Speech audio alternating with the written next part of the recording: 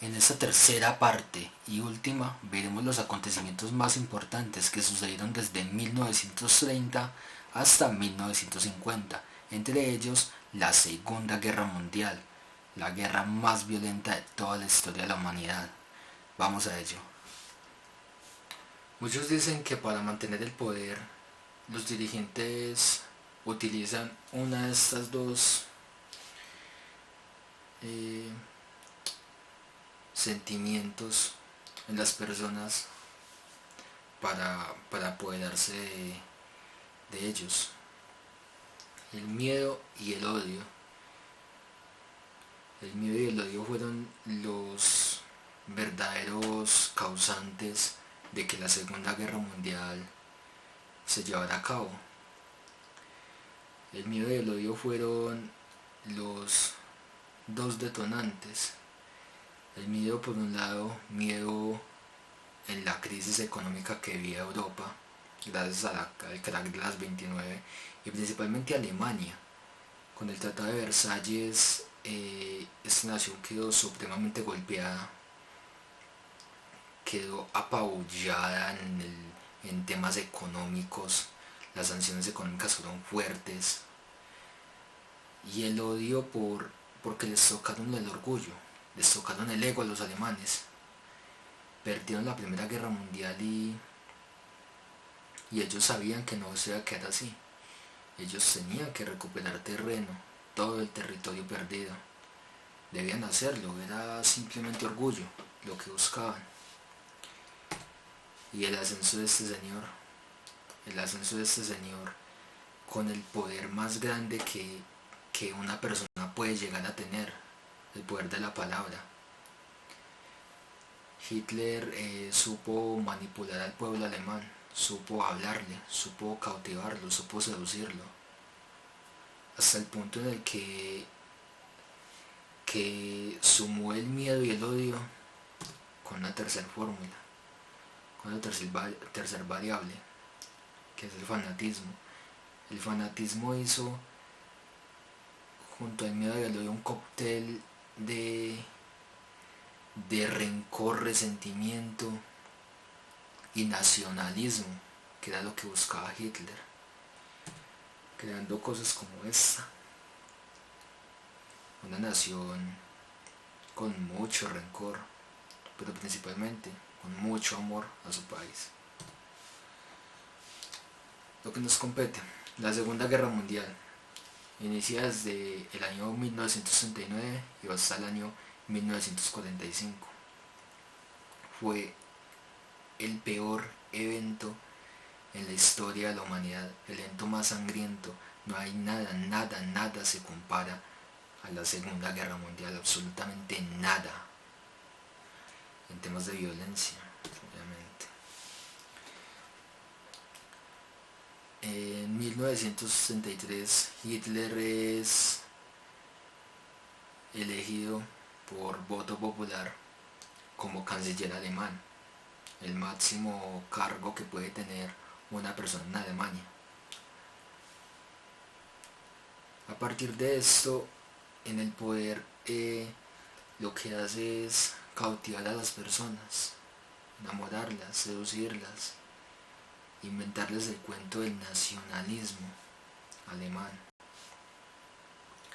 el deseo de expansión del Partido Nacional Socialista es lo que hace que Alemania se vuelva una máquina de matar. El deseo de expansión invadió Austria, invadió posteriormente Polonia, empezó a recuperar tierras de Alemania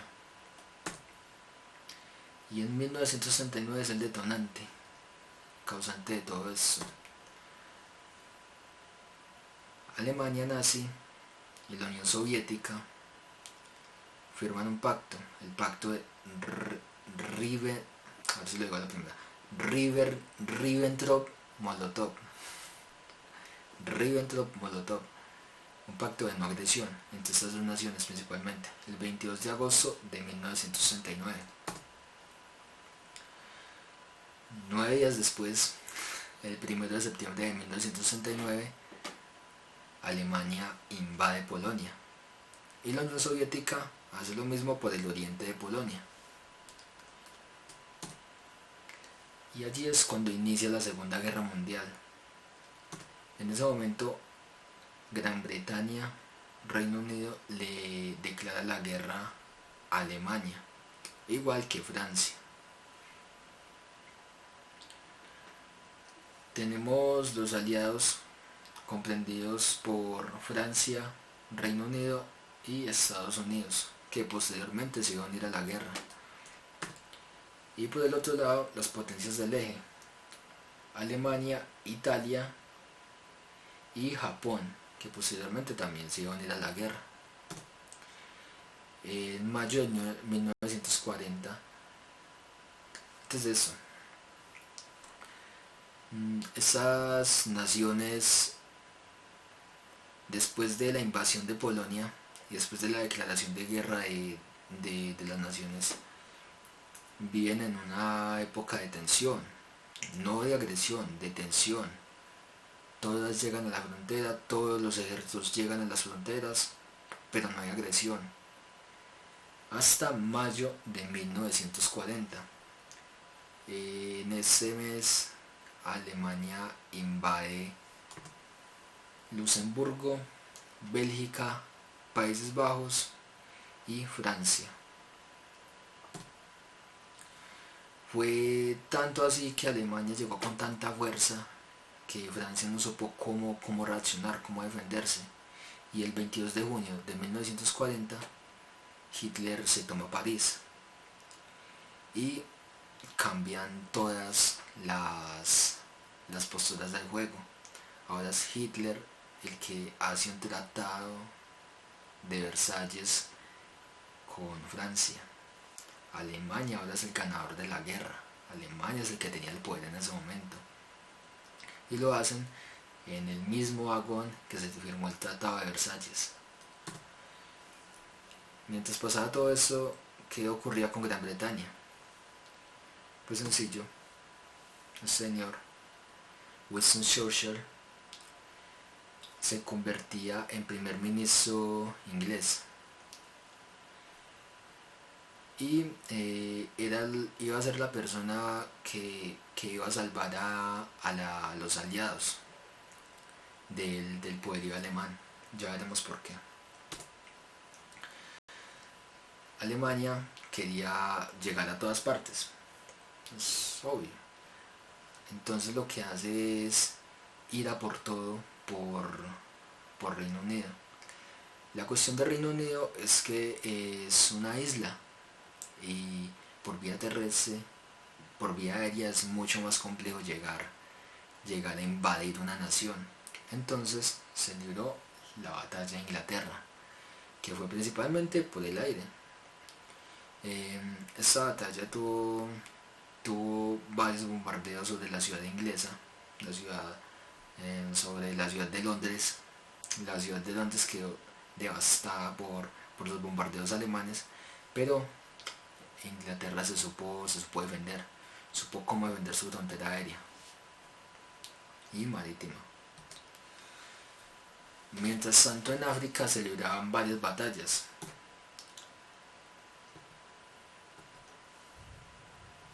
En África, el objetivo principal de Alemania era llegar al canal de Suez, invadiendo Argelia, Libia, Egipto. Pero no iban a lograr llegar al canal de Suez. Mientras tanto, en Asia, Japón tomaba tierras, invadía naciones, invadía China, llegaba a Indochina y se tomaba gran parte de Asia. Y el 7 de diciembre de 1941 cometen el más grave error que les iba a costar la guerra a las potencias del eje, que es atacar la base militar de Pearl Harbor en Hawái, Estados Unidos. Una base militar estadounidense que obviamente Estados Unidos iba a responder. Y Hitler comete el segundo error de esta guerra, que es declararle la guerra a Estados Unidos. El 11 de diciembre de 1941, Hitler le declara la guerra a Estados Unidos. Mientras tanto, las tropas alemanas se movilizaban de Alemania, de Ucrania, como vemos en el mapa, de Ucrania hacia Stalingrado. Stalingrado era la clave para Alemania. Pese a que no habían podido conquistar Moscú, querían llegar a Stalingrado para darle un golpe a Stalin, obviamente. Y la principal atracción para Alemania eran los campos petrolíferos que tenía Rusia. Si llegaban a dominar el canal de Suez, dominaban el petróleo, las reservas de petróleo del mundo. El 23 de agosto de 1942 se libra lo que es la batalla de Stalingrado, el punto de inflexión de esta guerra, la batalla más sangrienta de toda la guerra y de todas las guerras en sí. O sea, es una cosa de locos. Murieron millones de soldados y de civiles. Esto fue el punto de inflexión porque Alemania no pudo llegar a Stalingrado y los rusos sacaron de Rusia a Alemania a partir de eso. El 10 de julio de 1943 se llega a la liberación de Roma. Esto fue una consecuencia de distintas causas. Principalmente, la primera fue el arresto de Mussolini por parte de los italianos y lo que sería una traición para Alemania por parte de Italia. El arresto de Mussolini y que dejaron entrar a los aliados a Italia. La liberación de Roma fue un punto clave también porque ya se empezaban a debilitar las potencias del eje. El 6 de junio de 1944 ocurre este acontecimiento, el día D o el desembarco de Normandía, donde miles de soldados aliados desembarcan en la ciudad de Normandía, en el puerto de Normandía, directamente para atacar a Alemania desde el oeste. Y Alemania venía perdiendo terreno por el oeste y el este, o sea, por los aliados del oeste y por Rusia. Y el 19 de agosto de 1944 ocurre la liberación de París. Aquí es cuando Alemania se da cuenta que está perdiendo la guerra, y toma muchas medidas desesperadas. El 27 de enero de 1945 ocurre la liberación de Auschwitz. Auschwitz fue el campo de concentración nazi en Polonia, el más grande y el más famoso. En Auschwitz ocurrieron masacres a judíos y cosas inimaginables que el mundo nunca había presenciado en su historia. El holocausto nazi causó la muerte de 6 millones de judíos. No importaba quién fuera, niños, mujeres, hombres, no importaba nada, solo importaba matarlos, eran los enemigos para los nazis. El 12 de enero de 1945, el ejército rojo llega a Berlín, invade Berlín y toma Berlín. Aquí es cuando Hitler se da cuenta que la guerra está completamente perdida, que ya no hay nada que hacer. Y el 28 de abril de 1945 es el fusilamiento de Mussolini. La muerte de Mussolini también es producto es producto de la invasión que los aliados hicieron en toda Europa. Y el 30 de abril de 1945 Hitler se suicida.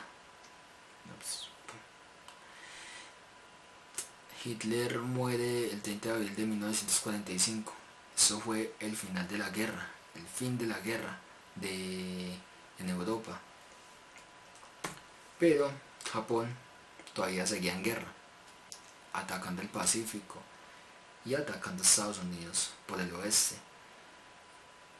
Japón lo que hace eso es un avión kamikaze. Atacaban los portaaviones estadounidenses. Con estos aviones el piloto literalmente se iba hacia el portaaviones, se estrellaba con el portaaviones y moría con la gente que ve en el portaaviones. Estados Unidos la solución que le encontró a esto fue una de las masacres también más grandes en toda la historia de la humanidad y una de las causantes de más temor hoy en día, que fue lanzar dos bombas atómicas, una el 6 de agosto de 1945 a Hiroshima, la ciudad de Hiroshima, y la segunda el 9 de agosto de 1945 a la ciudad de Nagasaki, donde murieron 246.000 personas. Y aquí fue cuando se acaba la guerra. Japón se da por vencido, Japón se rinde frente a Estados Unidos, y el 2 de diciembre de 1945 se acaba la Segunda Guerra Mundial. Esta es una foto representativa de ese momento, la felicidad de este muchacho abrazando y besando hasta completa desconocida. Muestran el reflejo de una nación que quería paz. Estados Unidos siempre quiso la paz, y el fin de la guerra marcó muchas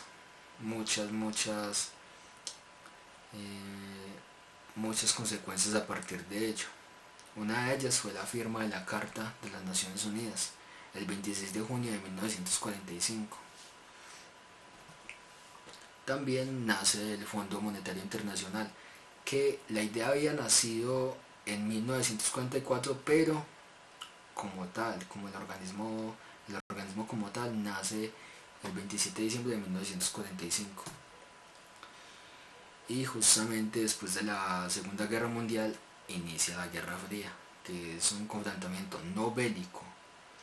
El único enfrentamiento bélico que hubo de esta Guerra Fría fue en Vietnam, pero eso es un tema aparte. El inicio de la Guerra Fría fue principalmente de espionaje, una guerra de espionaje, de temor, mucho temor por parte de la población, de que no se vaya a desatar ninguna guerra, ninguna otra guerra mundial, y principalmente el temor de las bombas atómicas, las malditas bombas atómicas que Estados Unidos tiró sin piedad hacia Japón. Y para finalizar esto, finalizamos con el Bogotazo, 9 de abril de 1948, la muerte de Jorge Eliezer Gaitán. Gaitán, un líder liberal colombiano, asesinado antes de tener una entrevista con Fidel Castro, que le había concedido. Esto marcó un hito en la historia colombiana, y es que es el inicio de la violencia en Colombia. Aquí fue cuando desencadenó diferentes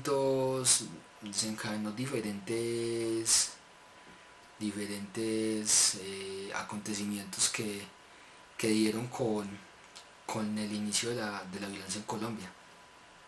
Es decir, aquí nació las FARC, el narcoestado colombiano, y todos los males que azotaron a Colombia durante todos estos años posteriores al Bogotazo.